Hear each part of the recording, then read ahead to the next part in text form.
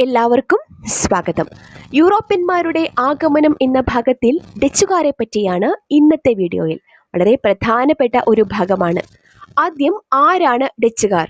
European രാജ്യമായ നെതർലൻഡിലെ ജനങ്ങളെയാണ് ഡച്ചുകാർ എന്ന് വിളിച്ചിരുന്നത്.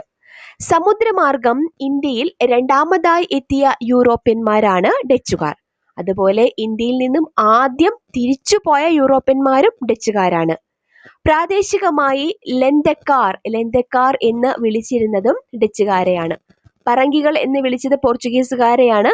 അതുപോലെ ലെന്തക്കാർ എന്ന് വിളിച്ചത് ഡച്ചുകാരെയാണ്. ഡച്ചുകാരുടെ ലക്ഷ്യം ഇന്ത്യ ആയിരുന്നില്ല, മറിച്ച് സ്പൈസ് ഐലൻഡ്സ് എന്നറിയപ്പെട്ട മലയ ദ്വീപസമൂഹമായിരുന്നു. മലയ ദ്വീപസമൂഹത്തിലെ ഇന്തോനേഷ്യയിൽ എത്തിയ ആദ്യ ഡച്ച് നാവികനാണ് കേർണലിസ് ഡി ഹോട്ട്മാൻ 1596. ഇന്തോനേഷ്യയിൽ എവിടെയായിരുന്നു? ഇന്തോനേഷ്യയിലെ സുമാത്രയിലും ബാൻഡനിലുമാണ് കേർണലിസ് ഡി ഹോട്ട്മാൻ എത്തിയത്. അതിനുശേഷം ഒരുപാട് ഡച്ച് ട്രേഡിംഗ് കമ്പനീസ് ഇന്ത്യയിലും ഇന്തോനേഷ്യയിലുമായി വന്ന് കച്ചവടം ചെയ്ത് തിരിച്ചുപോയി. ഈ ട്രേഡിംഗ് കമ്പനീസിനെ എല്ലാം ഉൾപ്പെടുത്തി ഡച്ച് കിങ്ഡം അഥവാ ഡച്ച് ഗവൺമെന്റ് 1602 ഒരു ഈസ്റ്റ് ഇന്ത്യ കമ്പനി രൂപീകരിച്ചു. Dutch East India company. Dutch East India company രൂപീകരിക്കപ്പെട്ട വർഷം 1602. ഡച്ച് ഈസ്റ്റ് ഇന്ത്യ കമ്പനിയുടെ ആസ്ഥാനം ആംസ്റ്റർഡാം ആയിരുന്നു. ഡച്ച് ഈസ്റ്റ് ഇന്ത്യ കമ്പനിയുടെ വിദേശ ഭരണ കേന്ദ്രത്തിന്റെ ആസ്ഥാനം ബെട്ടാവിയ. കേരളത്തിലെ ഡച്ച് പ്രദേശങ്ങളുടെ ആസ്ഥാനം കൊച്ചി. ഡച്ചുകാര് കേരളത്തിൽ വരുമ്പോൾ ഇവിടെ പോർച്ചുഗീസുകാരുണ്ടായിരുന്നു. ഒട്ടുമിക്ക പ്രദേശങ്ങളിലും പോർച്ചുഗീസ് ആധിപത്യം അതിശക്തവുമായിരുന്നു. 1604 അഡ്മിറൽ സ്റ്റീവൻ വാൻഡർ ഹേഗന്റെ നേതൃത്വത്തിൽ ഒരു ഡച്ച് കപ്പൽ വ്യൂഹം കേരളത്തിലെ കോഴിക്കോടെത്തുന്നു. വാൻഡർ ഹേഗൻ സാമൂതിരിയെ ചെന്ന് കാണുകയും പരസ്പരം സഹായിക്കാമെന്ന വ്യവസ്ഥയിൽ ഒരു രാഷ്ട്രീയ ഉടമ്പടിയിൽ ഒപ്പുവെക്കുകയും ചെയ്തു. അതായത് സാമൂതിരിയുടെ നിലവിലെ തലവേദന പോർച്ചുഗീസുകാരാണ്. പോർച്ചുഗീസുകാരെ പുറത്താക്കാൻ സാമൂതിരിയെ സഹായിക്കുക, തിരിച്ച് കുരുമുളക് കച്ചവടത്തിൽ ഡച്ചുകാർക്ക് കുത്തക നൽകുക. ഈ ഉടമ്പടിക്ക് ഒരു പ്രത്യേകത കൂടിയുണ്ട്. ഡച്ചുകാരും ഒരു ഇന്ത്യൻ ഭരണാധികാരിയും തമ്മിൽ രാഷ്ട്രീയമായി ഉണ്ടാക്കിയ ഇന്ത്യയിലെ ആദ്യത്തെ കരാറാണ് 1604 അഡ്മിറൽ വാൻഡർ ഹേഗനും സാമൂതിരിയും തമ്മിലുണ്ടാക്കിയ രാഷ്ട്രീയ ഉടമ്പടി. അടുത്തതായി ഡച്ചുകാർ തങ്ങളുടെ ശ്രദ്ധ ഉത്തര കേരളത്തിൽ നിന്നും മധ്യ കേരളത്തിലേക്ക് തിരിച്ചു. അവർ മധ്യ കേരളത്തിലെ ചെറിയ നാടുവാഴികളുമായി കരാറുണ്ടാക്കി. 1643 പുറക്കാട് രാജാവും കായംകുളം രാജാവുമായി ഒരു ഉടമ്പടി ഉണ്ടാക്കി. ഈ ഉടമ്പടി പ്രകാരം പഞ്ഞി, ഇരുമ്പ്, തകര, കറുപ്പ്, ചന്ദനത്തടി മുതലായ സാധനങ്ങൾ ഡച്ചുകാരിൽ നിന്നും വാങ്ങി പകരം തങ്ങളുടെ നാട്ടിലെ കുരുമുളക് അവർക്ക് കൊടുത്തുകൊള്ളാമെന്ന് അവർ ഏറ്റു.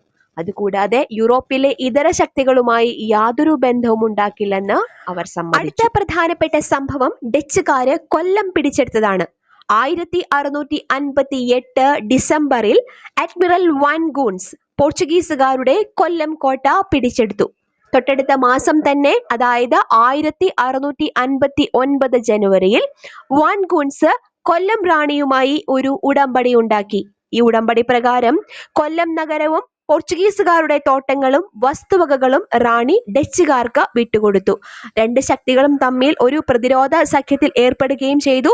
ഇതനുസരിച്ച് കൊല്ലത്തെ സുഗന്ധദ്രവ്യങ്ങളുടെ കച്ചവട കുത്തക ഡച്ചുകാർക്ക് ലഭിച്ചു. 1663 അഡ്മിറൽ വാൻ ഗൂൺസിന്റെ നേതൃത്വത്തിൽ കൊച്ചി പിടിച്ചെടുത്തത്. എന്നിട്ട് കൊച്ചിയെ ഡച്ച് ഭരണത്തിന്റെ ആസ്ഥാനമാക്കി. കേരളത്തിൽ പോർച്ചുഗീസുകാരെ പരാജയപ്പെടുത്തിയ ഡച്ച് അഡ്മിറൽ വാൻ ഗൂൺസ്. പോർച്ചുഗീസുകാരിൽ നിന്നും കൊല്ലം കോട്ട പിടിച്ചെടുത്തതും കൊച്ചി പിടിച്ചെടുത്തതും അഡ്മിറൽ വാൻ ഗൂൺസ് ആണ്. ചേറ്റുവ കോട്ട അഥവാ ഫോർട്ട് വില്യം പണി കഴിപ്പിച്ചത് 1714 1741 പ്രസിദ്ധമായ കുളച്ചൽ യുദ്ധം. കൃത്യമായ തീയതി 1741 ഓഗസ്റ്റ് 10. ആരൊക്കെ തമ്മിൽ? മാർത്താണ്ഡവർമ്മയും ഡച്ച് സൈന്യവും തമ്മിൽ. കേരളത്തിൽ ഡച്ചുകാരുടെ പതനത്തിന് കാരണമായ യുദ്ധമാണ് കുളച്ചൽ യുദ്ധം. കുളച്ചൽ യുദ്ധത്തിൽ തിരുവിതാംകൂർ സൈന്യം തടവിലാക്കിയ ഡച്ച് ക്യാപ്റ്റൻ ഡിലനോയിയെ ശിക്ഷിക്കുന്നതിന് പകരം മാർത്താണ്ഡവർമ്മ സ്വന്തം സൈന്യത്തിൽ ചേർത്ത് വലിയ കപ്പിത്താൻ എന്ന പദവി നൽകി. തിരുവിതാംകൂർ സൈന്യത്തിന് യൂറോപ്യൻ മാതൃകയിൽ പരിശീലനം നൽകിയ ഡച്ച് ക്യാപ്റ്റനായിരുന്നു ക്യാപ്റ്റൻ. ഡച്ചുകാരും മാർത്താണ്ഡവർമ്മയും തമ്മിൽ മാവേലിക്കര ഉടമ്പടി ഒപ്പുവെച്ച വർഷം 1743 ഓഗസ്റ്റ് 15. ഡച്ചുകാരുടെ രാഷ്ട്രീയ ആധിപത്യം അവസാനിപ്പിച്ച ഉടമ്പടിയായിരുന്നു മാവേലിക്കര ഉടമ്പടി. അടുത്തത് ഡച്ചുകാരുടെ സംഭാവനകളാണ്. ഡച്ചുകാരുടെ സംഭാവനകളിൽ ഏറ്റവും പ്രധാനപ്പെട്ടതാണ് ഹോർത്തൂസ് മലബാറിക്കസ്. കേരളത്തിലെ ഔഷധ സസ്യങ്ങളെക്കുറിച്ച് ഡച്ചുകാർ തയ്യാറാക്കിയ ഗ്രന്ഥമാണ് ഹോർത്തൂസ് മലബാറിക്കസ്. മലബാറിന്റെ പൂന്തോട്ടം എന്നാണ് ഹോർത്തൂസ് മലബാറിക്കസ് എന്ന വാക്കിന്റെ അർത്ഥം. കേരളരാമം എന്നറിയപ്പെടുന്ന ഗ്രന്ഥവും ഹോർത്തൂസ് മലബാറിക്കസ് ആണ്. ലാറ്റിൻ ഭാഷയിലാണ് ഈ ഗ്രന്ഥം എഴുതിയിട്ടുള്ളത്. മലയാള ലിപി ആദ്യമായി അച്ചടിച്ച പുസ്തകം കൂടിയാണ് ഹോർത്തൂസ് മലബാറിക്കസ്. ആദ്യമായി അച്ചടിച്ച വാക്ക് തെങ്ങ് എന്ന വാക്കാണ്.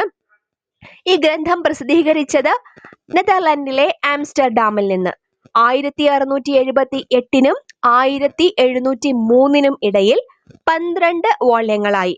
ഈ ഗ്രന്ഥത്തിൽ 794 ചിത്രങ്ങളും അതുപോലെ 742ഓളം സസ്യങ്ങളെ പറ്റിയും ഈ ഗ്രന്ഥത്തിൽ പ്രതിപാദിച്ചിട്ടുണ്ട്. ഹോർത്തൂസ് മലബാറിക്കസിന്റെ രചനയ്ക്ക് നേതൃത്വം നൽകിയത് അഡ്മിറൽ ഹെൻറിക് വാൻറീഡ്. വാൻറീഡിനെ ഹോർത്തൂസ് മലബാറിക്കസിന്റെ രചനയിൽ സഹായിച്ച മലയാളി ഈഴവ വൈദ്യൻ ഇട്ടി അച്യുതൻ, ഈ ഗ്രന്ഥത്തിന്റെ രചനയിൽ സഹായിച്ച 3 ഗൗഡ സാരസ്വത ബ്രാഹ്മണർ അപ്പുഭട്ട്, രംഗഭട്ട്, വിനായക ഭട്ട്, മലയാള ലിപി പ്രസിദ്ധീകരിക്കാൻ വാൻറീഡിനെ സഹായിച്ച വ്യക്തി ഇമ്മാനുവൽ കാർണറോ. ഈ ഗ്രന്ഥം ഇംഗ്ലീഷിലേക്കും മലയാളത്തിലേക്കും വിവർത്തനം ചെയ്തത് ഡോക്ടർ KS മണിലാൽ.